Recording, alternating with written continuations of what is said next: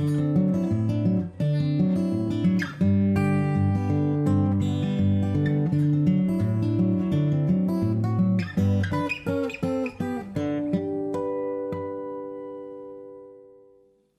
welcome to For Education. I'm your host Phil Kuhnke, and today in our series in linguistics, we will talk about the science of speech, the sounds of human language. So let's get started.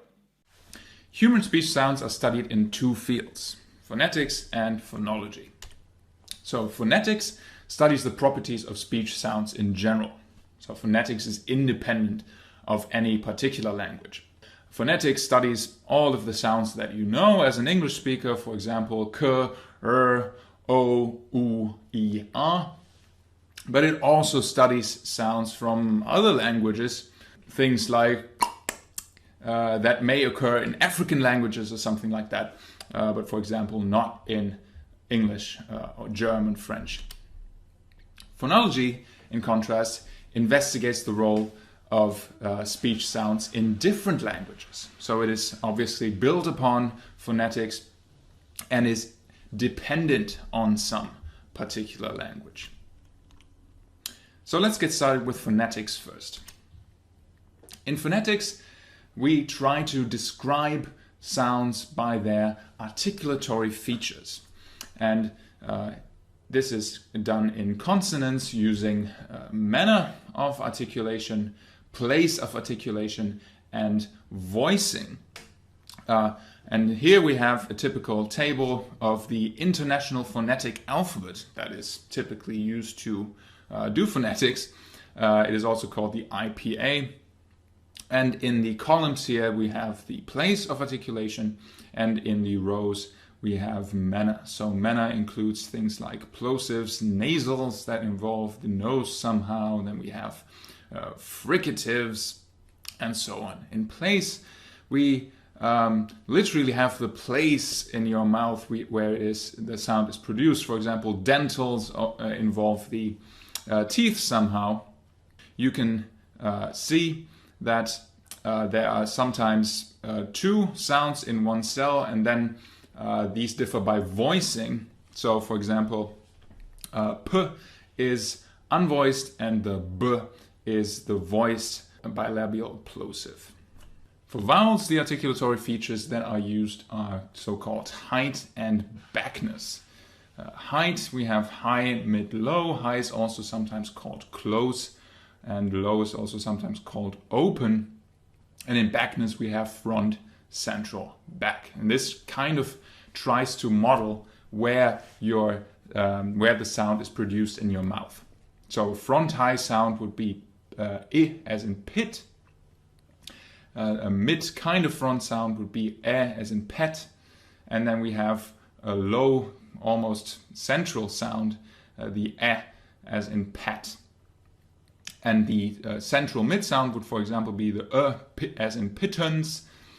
This sound is called the schwa. And then we have back sounds, the o as in put, the a as in pat, and the o as in pot. So here's the entire IPA table for vowels, and you can see that there are sometimes, again, two sounds at one place. And then always the right sound is the rounded version. So for example, this is the round front close vowel, and the left version is always the unrounded counterpart. So for example, this would be the unrounded front close vowel. And finally, we have this sign for vowels that kind of looks like a colon. This is the sign for lengthening of a vowel. So this can be very important to even distinguish two words.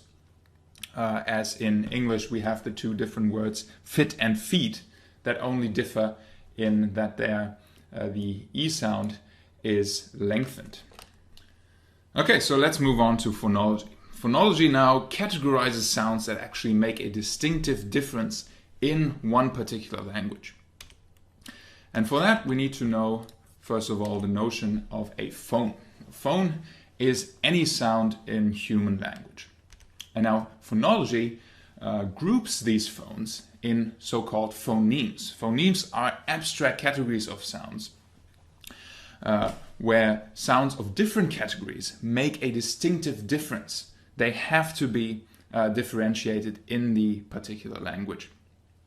And then we call allophones different realizations of one and the same phoneme. So different phones that are in one phoneme. And I always like to visualize phonemes as these bubbles or sets if you're into mathematics, where, for example, here p is one phone in a particular phoneme, and there will be different allophones in this phoneme as well. And now, how do we decide whether two phones have to belong to different phonemes? We typically do this by using a minimal pair. A minimal pair is a pair of two words that share all but one sound. And then we can say that the sounds that differ have to belong to different phonemes. So for example, pet and bat are two different words in English. They mean different things. They're not the same word. So p and b, the sounds that differ, have to belong to different phonemes. So we need another one of these bubbles where we put the b sound. And when we find such a minimal pair, we can say that they are in overlapping distribution. This fancy linguistic term means that we find phonetic environments where both phones occur. And phonetic environments just means the sounds before and after. And complementary distribution is the term for saying that they are not in overlapping distribution. So we do not find such a case where the phonetic environments overlap. And then they are typically allophones of the same phoneme. So for example, in English, this is the case for the normal p and the aspirated p. So for example, the aspirated p occurs always if the sound occurs at syllable onset and is followed by a stressed vowel. So for example, in pin, and in any other case, the non-aspirated p is used. So for example, in spin. The aspirated p and the normal p are indeed in complementary distribution, and that is why we can put it into the same bubble. The same holds for the aspirated b. Here's some further examples of minimal pairs. For example, we have will and bill, which only differ in their first sound, w and b. So w and b belong to different phonemes in English. Then we have bill and bit.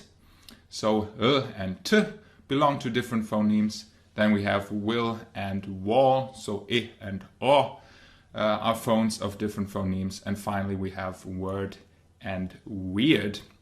And here you can see quite nicely that it's not about the spelling at all. It's just about the sounds. These two words, of course, differ in more than one letter, but they only differ in one phone. And similarly, thrill and bill is not a minimal pair because these two words differ in more than one phone.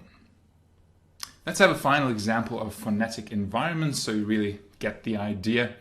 Here are a few examples from German, and the two sounds we want to look at are the ch and the ch. For ch, we have the examples acht, which means 8, Buch, Loch, Hoch, Flucht, and Lachen. And for ch, we have the examples ich, which means I, echt, sprechen, lächeln, riechen, and fechten. So now we can ask ourselves, what are the phonetic environments in which ch and ch appear? So we find ch always occurs after a, u, o, or u, and before e, t, or its word final. And the ch always occurs after I, or e, and before e, t, or its word final again.